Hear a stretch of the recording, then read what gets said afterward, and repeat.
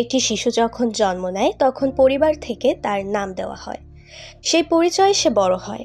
তার বাবা মায়ের নাম ও বয়সও সে জানে। এসব তথ্য আমরা যেমন জানি তেমনি এসব তথ্য সরকারিভাবে সংরক্ষিত থাকতে হয়। এটাই সংক্ষেপে জন্ম নিবন্ধন। এই জন্ম নিবন্ধন না থাকলে অনেক মৌলিক অধিকার থেকে শিশু বঞ্চিত হতে পারে। চলো বিস্তারিত জেনে নিই।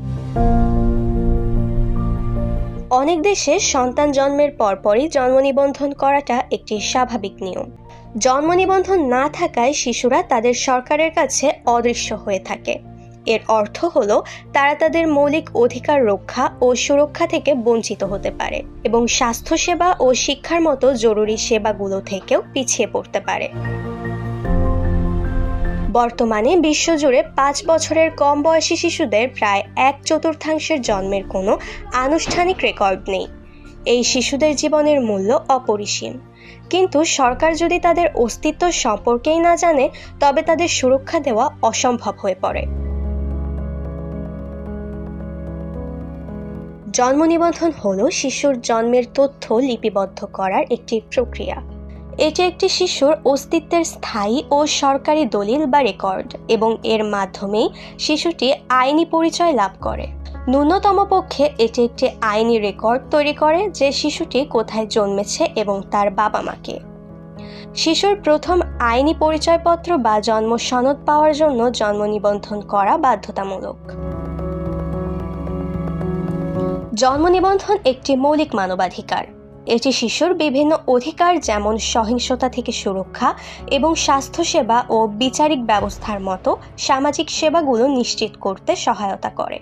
জন্ম নিবন্ধনের তথ্য থেকে পাওয়া উপাত্ত সরকারকে সিদ্ধান্ত নিতে সাহায্য করে যে তারা কোথায় এবং কিভাবে অর্থ ব্যয় করবে, এবং শিক্ষা বা টিকাদানের মতো উন্নয়নমূলক কর্মসূচিগুলোতে কোন এলাকাগুলোকে বেশি গুরুত্ব দেবে। সহজ কথায় জন্ম নিবন্ধন হলো সরকারি কর্তৃপক্ষের কাছে জন্মের তথ্য আনুষ্ঠানিকভাবে নথিভুক্ত করার প্রক্রিয়া। আর জন্ম সনদ হলো সেই প্রক্রিয়ায় ফলস্বরূপ রাষ্ট্র কর্তৃক অভিভাবককে দেওয়া একটি কাগজ বা সনদ। জন্ম সনদ প্রমাণ করে যে শিশুটির জন্ম নিবন্ধন সম্পন্ন হয়েছে। আদর্শগতভাবে জন্ম নিবন্ধন ও জন্ম সনদ একে অপরের পরিপূরক। তবে এলাকা ভেদে জন্ম সনদ দেওয়ার প্রক্রিয়া ভিন্ন হওয়ায় অনেক সময় দেখা যায় শিশুর নিবন্ধন হয়েছে কিন্তু সে কখনো জন্ম সনদ হাতে পায়নি। জন্ম সনদ পাওয়ার একমাত্র আইনি পথ হলো জন্ম নিবন্ধন। এই আইনি পরিচয় শিশুকে সহিংসতা, শোষণ ও নির্যাতন থেকে রক্ষা করতে সাহায্য করে। জন্ম সনদ না থাকলে শিশুরা তাদের বয়স প্রমাণ করতে পারে না। তখন সে বাল্যবিবাহ, অল্প বয়সে শ্রমে নিযুক্ত হওয়ার ঝুঁকিতে পড়ে।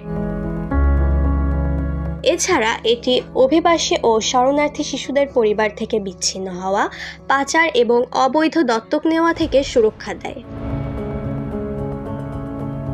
নিবন্ধনবিহীন শিশুরা রাষ্ট্রহীন হওয়ার চরম ঝুঁকিতে থাকে, যার অর্থ কোনো দেশের সঙ্গে তাদের আইনি বা জাতীয়তার সম্পর্ক থাকে না।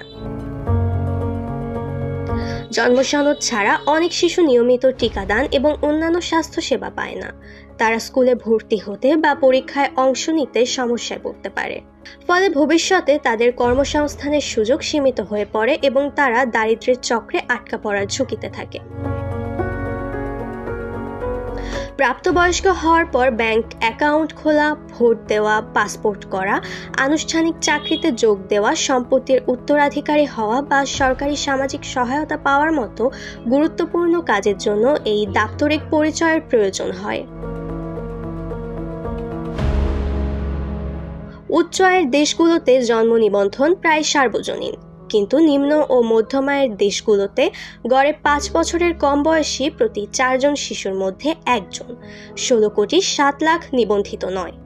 এই 16,07,00,000 শিশুর অর্ধেকই মাত্র 5টি দেশে বাস করে।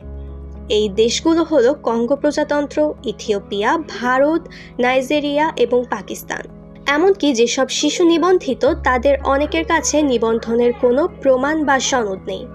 ধারণা করা হয় বিশ্বজুড়ে 5 বছরের কম বয়সী প্রায় 23,70,00,000 শিশুর কোনো জন্ম সনদ নেই।